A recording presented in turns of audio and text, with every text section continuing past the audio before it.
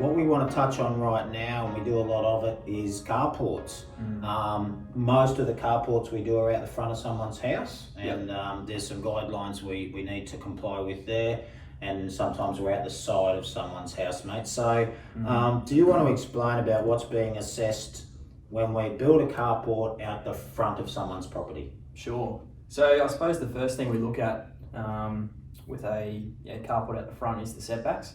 So every council generally will have different setback requirements for structures. So if we're not meeting that minimum setback, it could be 6 metres. The application will need to be referred to council for a siting variation.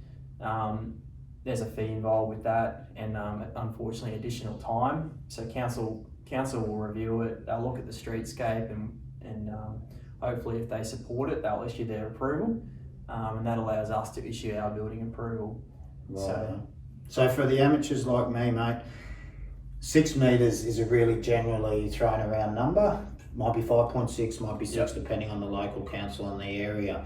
It's funny when I look along the houses, the front of people's houses right along the street, all the houses seem to be set at the same spot, but about 6 metres in front of that's their fence line. So what you're saying there, mate, is that if we want to build a carport or a structure within that 6 metre setback zone, council want to know about it. We're going to put an additional town planning application that will go into council chambers, and there is additional fees.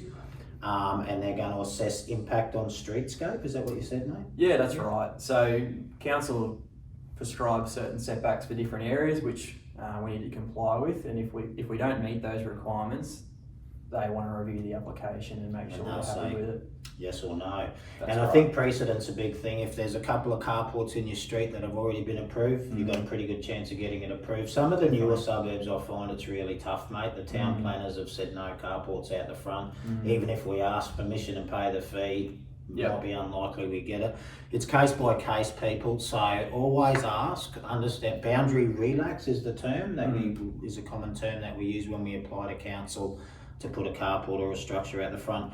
What about carports off the side of the house, mate? Slightly different criteria they're assessing there, isn't there? Because there's no impact on the street, traditionally on the streetscape, but there's some other guidelines off the side of the house. Yeah, that's right. So it's often a bit easier to get your carport approved down the side. A lot of different areas in southeast Queensland have a carport concession, so it allows you to build a carport to boundary up to 9 metres in length.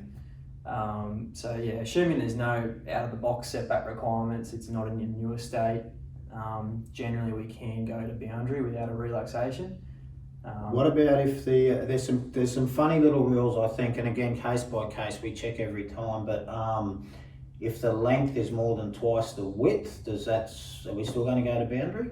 Yeah, so there's the council setback requirements, and then there's the building code requirements. Right. And part of the building code is fire separation. It's for fire. So we need to make sure that what's being built there complies with both the building code and the planning scheme.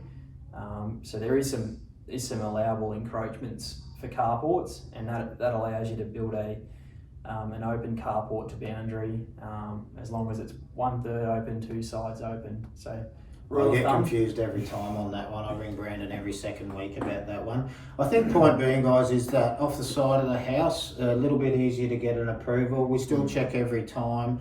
It also depends on the fire separation, the materials we're using, combustibility, there's a heap of stuff in it. So make sure you ask us about that when we're there.